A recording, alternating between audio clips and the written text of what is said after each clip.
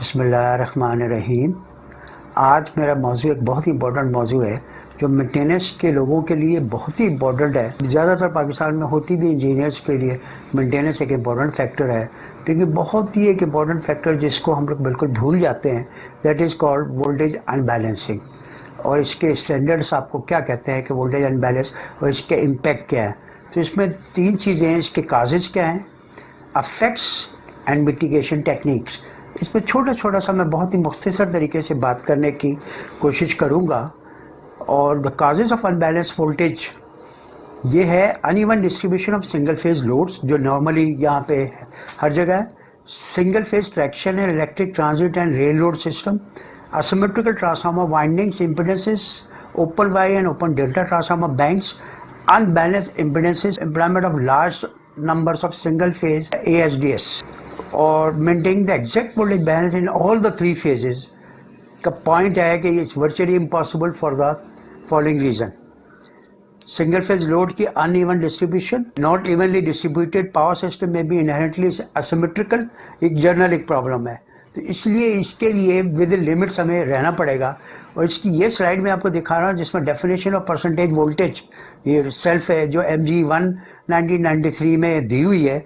और इसी में एक पॉजिटिव सीक्वेंस और नेगेटिव सीक्वेंस का अगर रेशियो ले लें यूरोपियन कम्युनिटी में, तो वो उसकी वोल्टेज अनबैलेंस उस हिसाब से उसको मेजर करते हैं।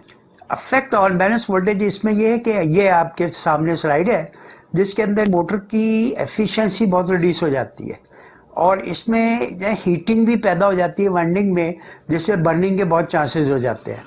मतलब कि करंट बहुत बढ़ जाता है, छोटा सा भी अनबैलेंस वोल्टेज है तो उसमें करंट का अमाउंट बहुत ज़्यादा बढ़ जाता है। अनबैलेंस में कंटेंट पॉजिटिव नेगेटिव सीक्वेंस, इसमें अपोजिट टॉर्क डेवलप होती है, पॉजिटिव नेगेटिव जिसमें रिपल्सिव टॉर्क प्रोड्यूस हो जाती है, जिसमें वाइंडिंग्स में हीटिंग पैदा होती है और मेंटेनेंस के बहुत प्रॉब्लम्स होते हैं। इसी तरह एक और ये दूसरी स्लाइड है जिसमें इफेक्ट ऑफ वोल्टेज है कि एवरेज वोल्टेज से करंट कितना अमाउंट का बढ़ जाता है। और ये उसके बाद एक और वोल्टेज है जिसमें the manner with the voltage are unbalance has a marked effect on the increase in losses. As the voltage become more unbalance the rotor losses increases. With high voltage unbalance, the stator and rotor circuits experience significant increase in losses, which will lead to excessive heating. Current standard and voltage ये बहुत important हमारे लिए कि generally लोगों को यहाँ पे idea नहीं है बिल्कुल। वो इंटरनेशनल स्टैंडर्ड IEC आपको कहता है the maximum voltage unbalance of electrical supply system be limited to 2%। Concurrently NEMA standard NEMA MG1 1993 motors and generator recommend that voltage unbalance greater than 1%.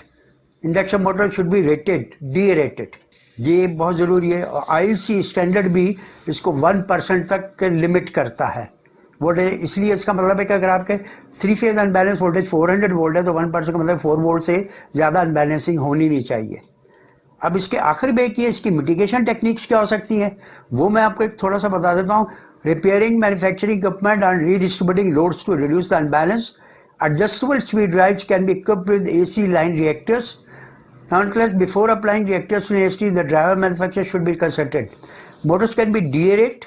Several configurations have been developed to optimize feeder switch position and using load estimation. Proper selection of distribution transformers is a very important step. तो ये इतनी important चीज़ है कि अगर generally Pakistan में 99% engineers maintenance में involve होते हैं और अगर इस चीज़ों को वो ख्याल रखे, ये एक पावर क्वालिटी का एक इशू है। अगर ये पावर क्वालिटी के इशूज़ जिसमें हार्मोनिक्स भी बहुत इंपॉर्टेंट वैल्यू है जो मैं नेक्स्ट वीडियो में आपके साथ शेयर करने की कोशिश करूंगा, उसकी लिमिटेशंस क्या है। लेकिन अगर ये वोल्टेज को डिस्ट्रीब्यूशन का मेंटेन और डिज़ाइन के स्टेज पे इसको मेंटेन करने की कोशिश की जाए तो बहुत सारे हमारे मेंटेनेंस, हमारे प्रोडक्शन आवर लॉस वगैरह कम हो सकते हैं। शुक्रिया।